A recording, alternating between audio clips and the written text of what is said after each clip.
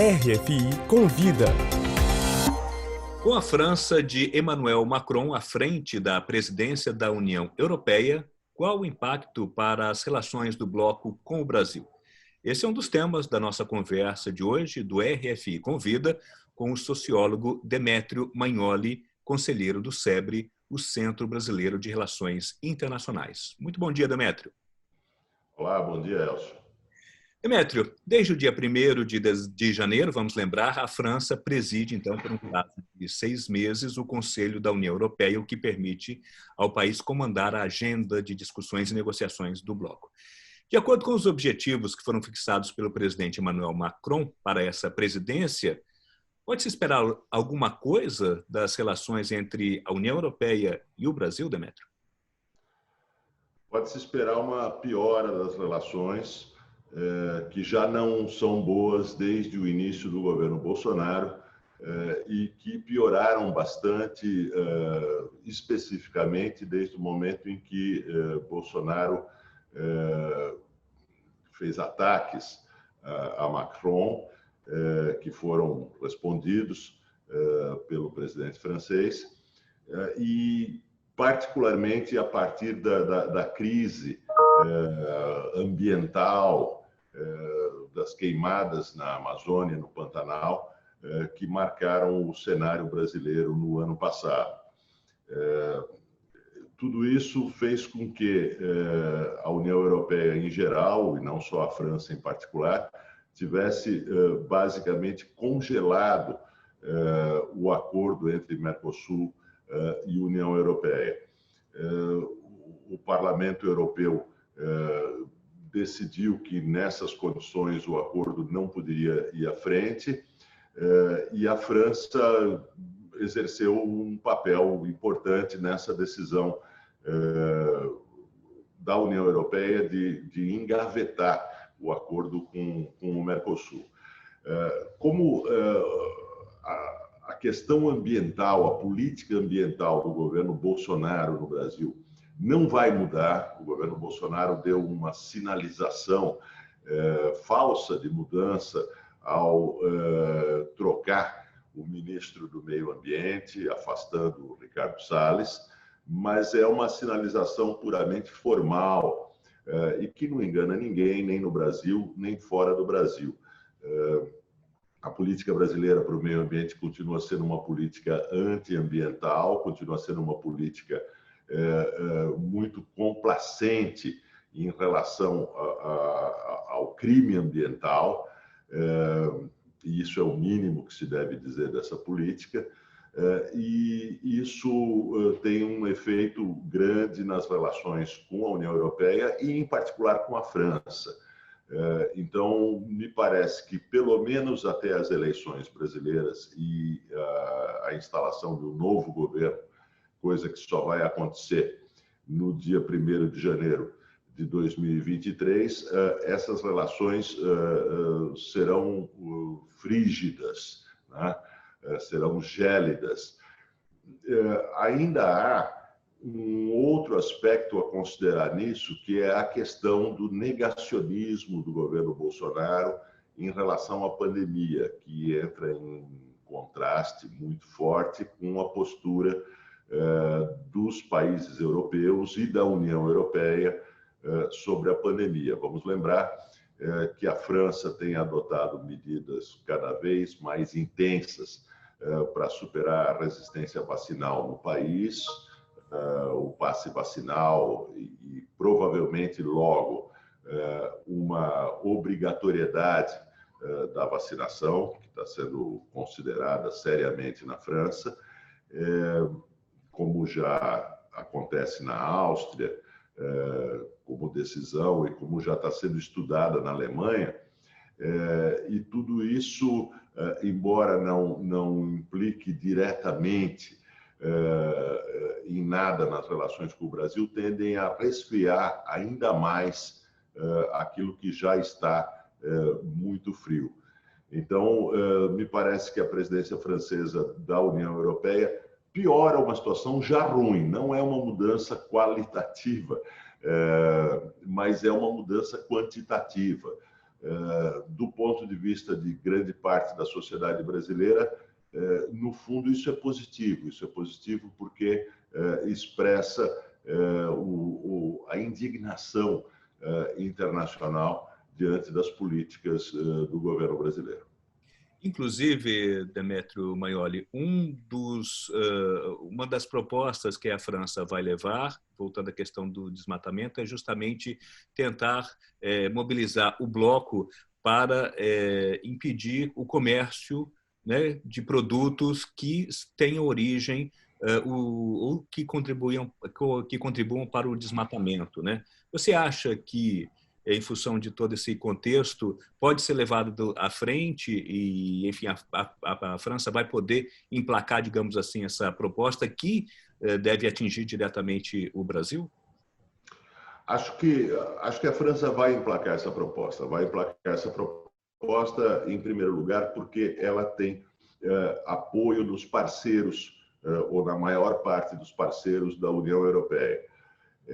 Vai emplacar também porque ela é um ponto positivo na campanha eleitoral de Emmanuel Macron, especialmente porque os principais adversários, aparentemente, de Macron, serão adversários da extrema-direita e que tendem a ter alguma simpatia, que não sei se vão deixar clara, porque essas simpatias não são boas com o eleitorado francês, mas tendem a ter algumas simpatias com o governo Bolsonaro.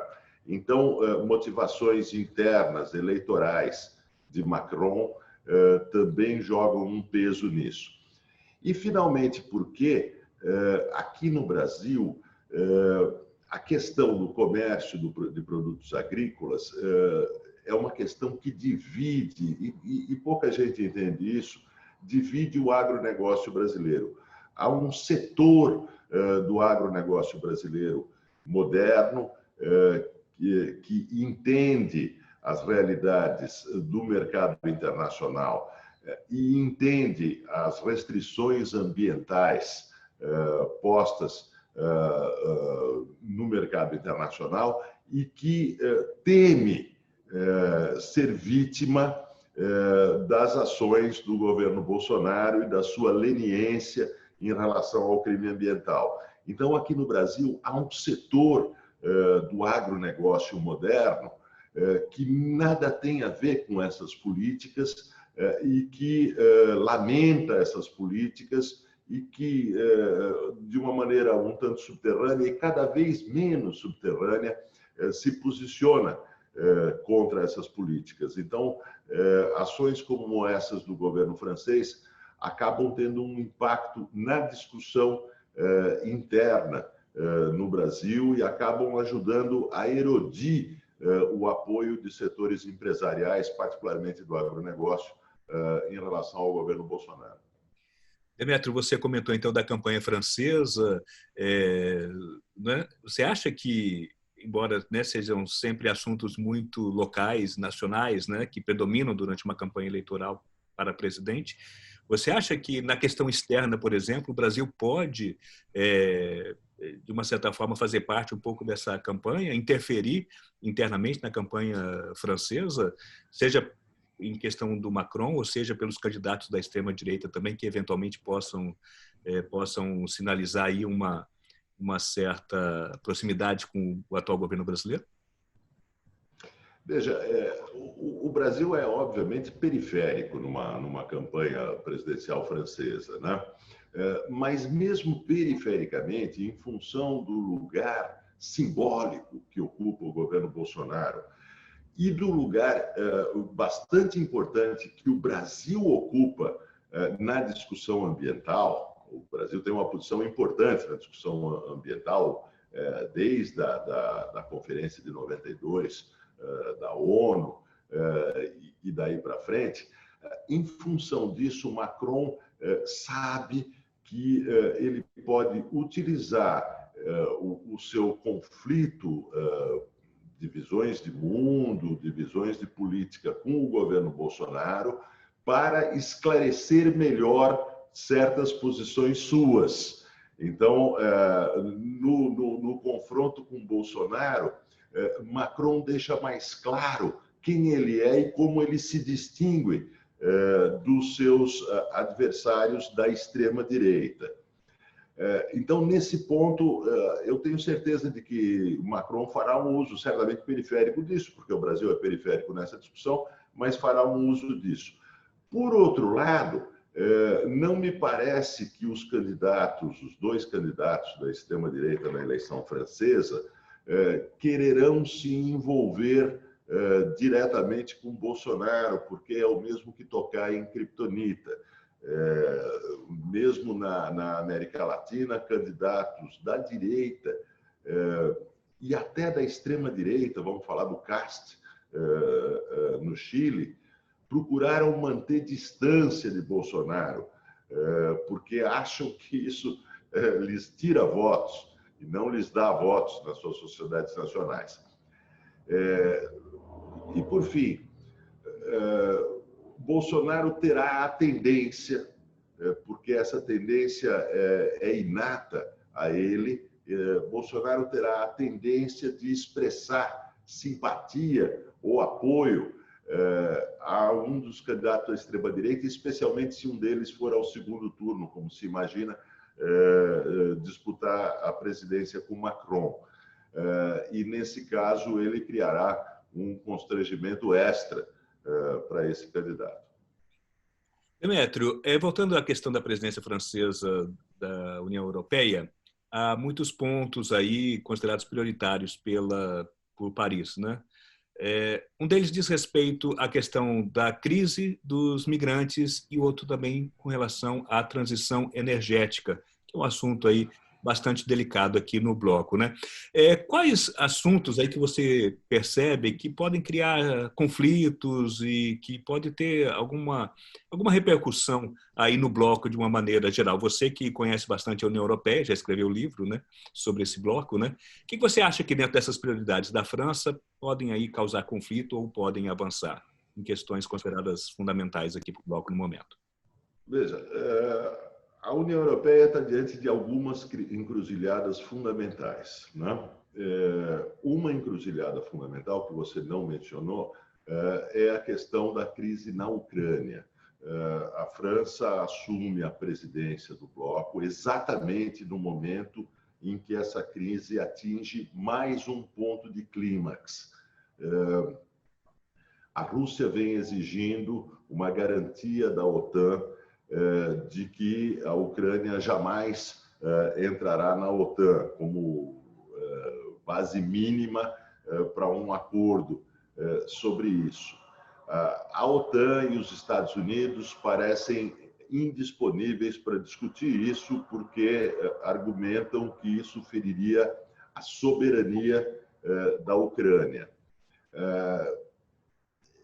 É difícil saber se a França e a Alemanha chegarão a um consenso sobre a questão de como tratar a crise da Ucrânia, porque há uma diferença importante entre os dois.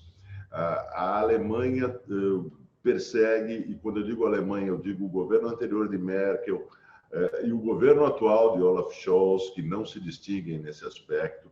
A Alemanha procura uma acomodação com a Rússia. Não é por acaso que até agora a Alemanha insiste na conclusão do gasoduto Nord Stream 2. A França não, a França já criticou o gasoduto Nord Stream 2 e gostaria de ter uma postura menos moderada em relação à Rússia. Então, esse é um aspecto sutil que pode provocar polêmicas entre França e Alemanha no bloco europeu. Uma outra questão, menos óbvia, mas que também diz respeito às relações entre França e Alemanha, que são, vamos dizer, a chave para se entender para onde vai a União Europeia, sempre foram. A União Europeia é um fruto de uma aliança histórica entre França e Alemanha no fim da Segunda Guerra Mundial, é a questão da China. Os Estados Unidos têm uma política de contenção da China cada vez mais clara e de construção de uma ampla aliança internacional para a contenção da China. Os Estados Unidos esperam e pressionam para que a União Europeia participe claramente dessa aliança anti-chinesa do Ocidente. Isso não interessa à Alemanha. Isso não interessa à Alemanha porque a economia alemã está fortemente organizada em torno do seu aparato exportador de produtos industriais, e a Alemanha vê o seu futuro econômico como um futuro partido ou bipartido entre o bloco europeu e a China, que é um parceiro econômico muito importante. A França tem um menor interesse, muito menor interesse comercial nas relações com a China, né? Então, essa é uma questão estratégica de mais longo prazo e que diz respeito ao lugar da União Europeia num mundo cada vez mais dividido entre Estados Unidos e China. Como a União Europeia se posicionará entre essas duas grandes potências mundiais, cuja rivalidade se acentua bastante nos últimos tempos. Existe a questão da imigração, que você citou, uma questão que pode se agravar nas próximas semanas e meses com a guerra na Etiópia. Há uma nova crise, talvez não das dimensões da crise síria, mas de dimensões muito importantes que pode se formar a partir da guerra na Etiópia.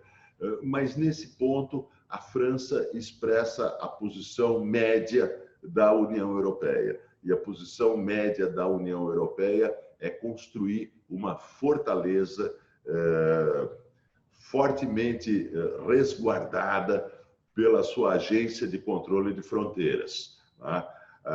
A ideia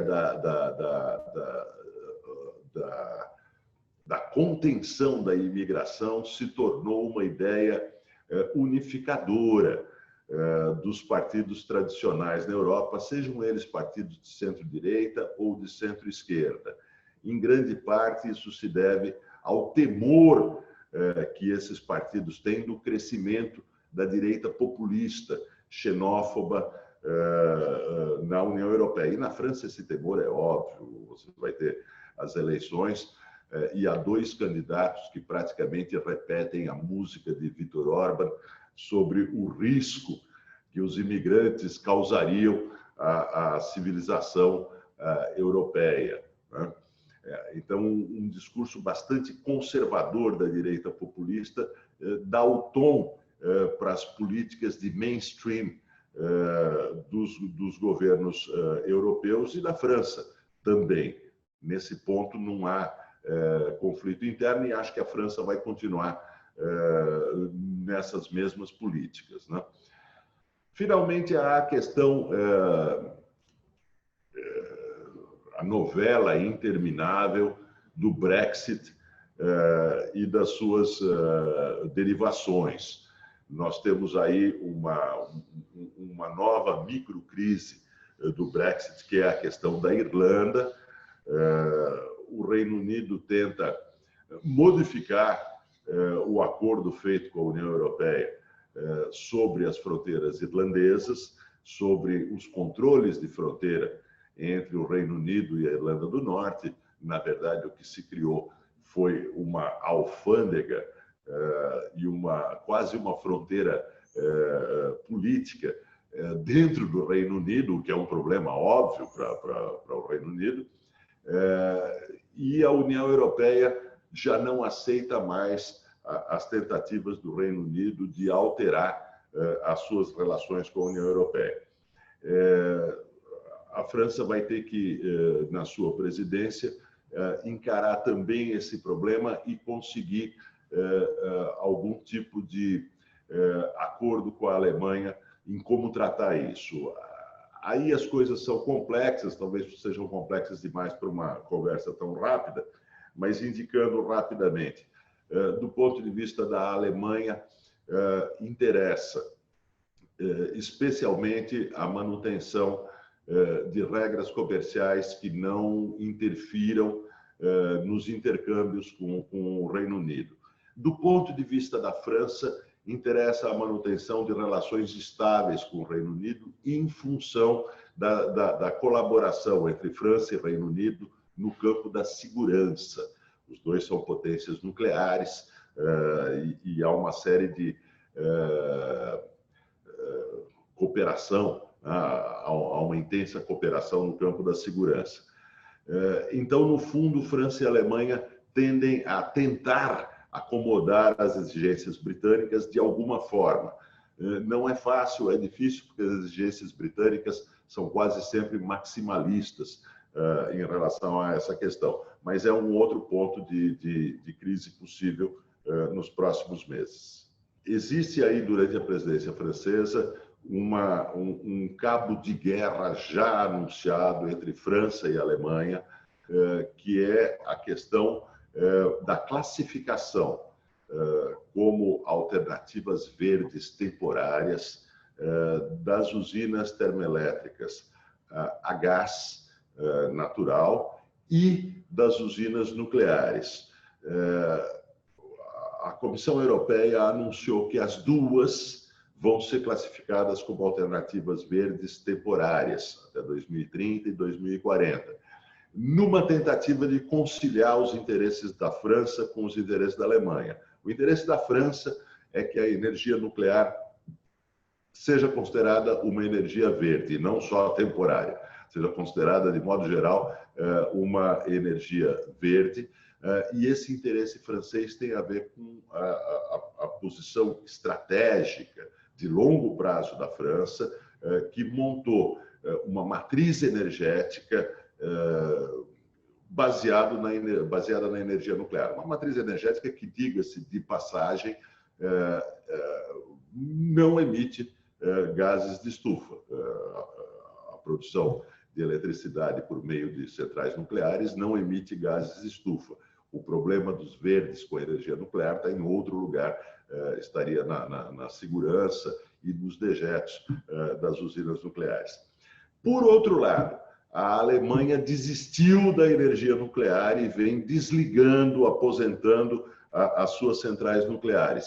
E aposta como fonte energética de transição fortemente nas usinas a gás. Tá?